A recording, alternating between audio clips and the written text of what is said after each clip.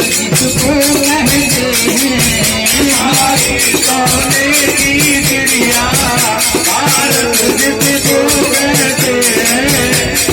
बड़ी ही पावन धरती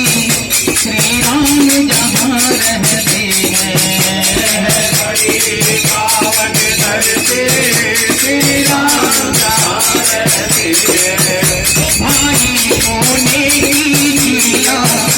भारत जिसको कहते हैं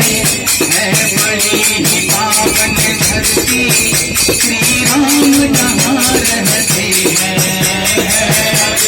पावन धरती श्री राम जहाँ रहते हैं भारत का सबको भारत का सबसे सुंदर इस जहान के लिए थोड़ा समय निकालो मेरे